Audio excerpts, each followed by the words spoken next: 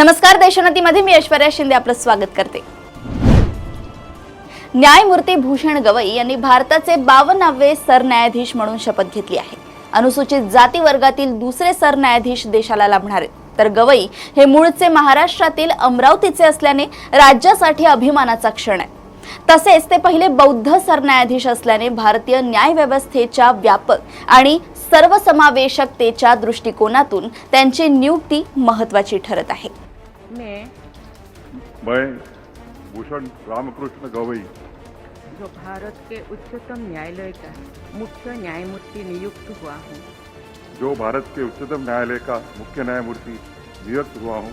सत्यनिष्ठा से प्रतिज्ञा करता हूँ सत्यनिष्ठा से प्रतिज्ञा करता हूँ कि मैं विधि द्वारा स्थापित भारत के संविधान के प्रति मैं विधि द्वारा स्थापित भारत के संविधान के प्रति सच्ची श्रद्धा और निष्ठा रखूंगा। सच्ची श्रद्धा और निष्ठा रखूंगा। मैं भारत की प्रभुता और अखंडता अक्षुण्ण रखूंगा। मैं भारत की प्रभुता और अखंडता अक्षुण्ण रखूंगा तथा मैं सम्यक प्रकार से और श्रद्धापूर्वक तथा अपनी पूरी योग्यता, ज्ञान और विवेक से तथा मैं सम्यक प्रकार से और श्रद्धापूर्वक तथा अपनी पूरी योग्यता, ज्ञान और विवेक से अपने पद के कर्तव्यों का, अपने पद के कर्तव्यों का भय या पक्षपात, अनुराग या देश के बिना पालन करूंगा। भय या पक्षपात, अनुराग या देश के बिना पालन करूंगा तथा मैं संविधान और विधियों की मर्यादा बनाए रखूंगा। तथा मैं संविधान और विधियों की मर्यादा बनाए रखूंगा। बी.आर. गवई यांचा जन्म 24 नोव्हेंबर 1960 रोजी झाला असून ते महाराष्ट्रातील अमरावती येथील रहिवासी आहेत। सामाजिक कार्यकर्ते आणि बिहार व केरळचे माजी राज्यपाल दिवंगत आर.एस. गवई यांचे ते पुत्र आहेत। महाराष्ट्रातील अमरावती येथील रहिवासी असलेले न्यायमूर्ती गवई 16 मार्च 1985 रोजी बार काउन्सिलमध्ये सामील झाले आणि 1987 पर्यंत माजी महाधिवक्ता आणि मुंबई उच्च न्यायालयाचे न्यायाधीश राजा एस भोसले यांच्याबरोबर त्यांनी काम केले।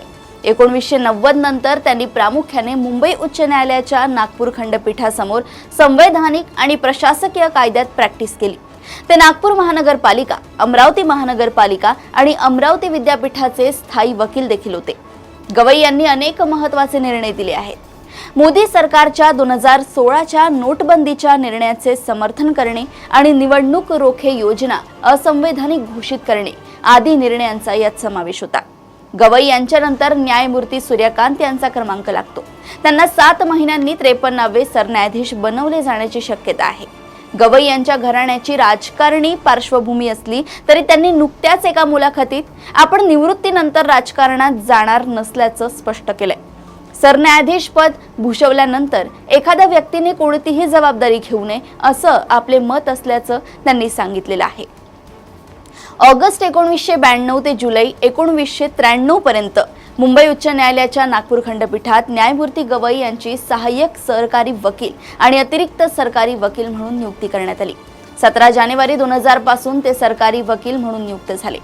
14 नोव्हेंबर 2003 रोजी त्यांना मुंबई उच्च न्यायालयाचे अतिरिक्त न्यायाधीश म्हणून बढती देण्यात आली आणि 12 नोव्हेंबर 2005 रोजी ते उच्च न्यायालयाचे न्यायाधीश झाले। राष्ट्रपती द्रौपदी मुर्मू यांनी राष्ट्रपती भवन येथे त्यांना शपथ दिली आहे। माजी सरन्यायाधीश संजीव खन्ना हे काल 13 मे रोजी निवृत्त झाले। बी.आर. गवई हे आता 23 नोव्हेंबर 2025 पर्यंत भारताचे सरन्यायाधीश म्हणून काम पाहणार आहेत।